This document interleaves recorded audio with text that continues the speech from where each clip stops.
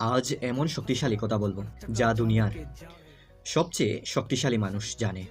এই বইটির নাম দ্য 48 লস অফ পাওয়ার। লিখেছেন রবার্ট গ্রিক, আমেরিকার লেখক। তার মধ্যে একটি, সবসময় কম কথা বল। কারণ যে মানুষ সবসময় বেশি কথা বলে সে বেশি ভুল করে। বেশি ভুল মানে বেশি দুর্বলতা। কথায় কথায় তার দুর্বলতাও অন্যদেরকে বলে ফেলে। তাই কম কথা বল। আর শক্তিশালী মানুষ কম কথা বলে, তার প্রতিটি কথার ওজন থাকে। কম কথা বল, মনোযোগ শোন। তার মধ্যে আরেকটি কথা, তোর নাম তোর কাছে সবচেয়ে বড় শক্তি। ভালো মান তৈরি হতে বছরের পর বছর লাগে, কিন্তু নষ্ট হতে একটি মুহূর্ত লাগে না।